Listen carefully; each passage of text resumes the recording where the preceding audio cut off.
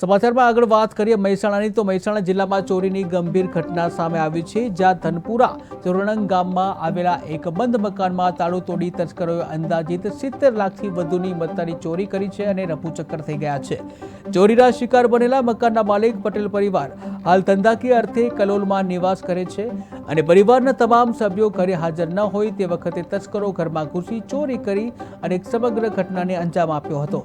ચોરોએ ઘરમાંથી સોનાના દાગીના, ચાંદીના સિક્કા અને લાખો રૂપિયાની રોકડ રકમ લઈ અને રફુચક્કર થઈ ગયા હતા। ત્યારે ચોરીની જાણ પરિવારજનોને થતાં તેઓએ તાત્કાલિક કલોલ ગામે પહોંચ્યા અને પોલીસને જાણ કરી હતી। ત્યારે ઘટનાની જાણ થતાં જ લાગણજ પોલીસ, મહેસાણા એલસીબી, એફએસએલ સહિતનો તેમજ ડોગ સ્કોડ સહિતની ટીમ તાત્કાલિક ઘટના સ્થળે પહોંચી હતી। ટેકનિકલ અને ફોરેન્સિક તપાસ હાથ ધરવામાં આવી છે। ત્યારે હાલ તો લાગણજ પોલીસ સ્ટેશન ખાતે નોંધાયેલી ફરિયાદના આધારે આગળની તપાસ શરૂ કરવામાં આવી છે। ત્યારે સ્થાનિકોમાં ઘટના પછી ભયનું વાતાવરણ જોવા મળી રહ્યું છે। નમસ્કાર, મારું નામ પટેલ જીગેશકુમાર ભીખાભાઈ છે। અમે ટોટલ 3 ભાઈ છીએ અને મમ્મી, એમ કરીને અમે ટોટલ ઘરના 10 સભ્યો અહીંયા મકાનમાં રહીએ છીએ।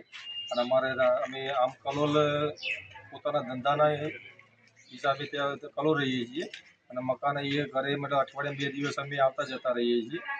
ખેતીવાડી બધું અહીંયા અમારા ઘરે બધું ચાલુ જ છે। અને બીજું અમારે આજે ગઈ રાત્રે મતલબ સોનાની દાગીના અને રોકડ રકમ એમ કરીને લગભગ 95 તોલા સોનું, બીજી ચાંદીના સિક્કા, ગણપતિની મૂર્તિ હતી એમ કરીને બીજા 2,10,000 રૂપિયા રોકડ રકમ, આ બધું મુદ્દામાલ અમારો ચોરી થઈ ગયો છે। અને સવારે અમને મતલબ લગભગ 8:30 વાગે અમને ઘર બાજુમાંથી મતલબ પાસમાંથી ફોન આવ્યો તો અમને જાણ થઈ કે ભાઈ તમારો કે મકાન કે 2 મકાન, એક પહેલો મકાન તૂટ્યું હતું, એમની જાણ થતાં બી અમારું અમે તપાસ કરાવરાઈ તો અમારું બી તૂટી ગયું એમાં। તો અમારા 2 મકાનનું મતલબ લોક તોડીને અંદર ચોરી કરી ગયા છે બધા। અને અમે અત્યારે હાલ એફઆરઆઈ ત્યાં લાગણજ પોલીસ સ્ટેશનમાં પડાવી દીધી છે અને ત્યાં મહેસાણાથી એલસીબીવાળા અને ડોગ સ્કોડ બંને આવી ગયા છે અને એમની આગળની કાર્યવાહી એમને હાથ ધરી છે। હવે જોઈએ આગળ શું કામ આગળ એટલે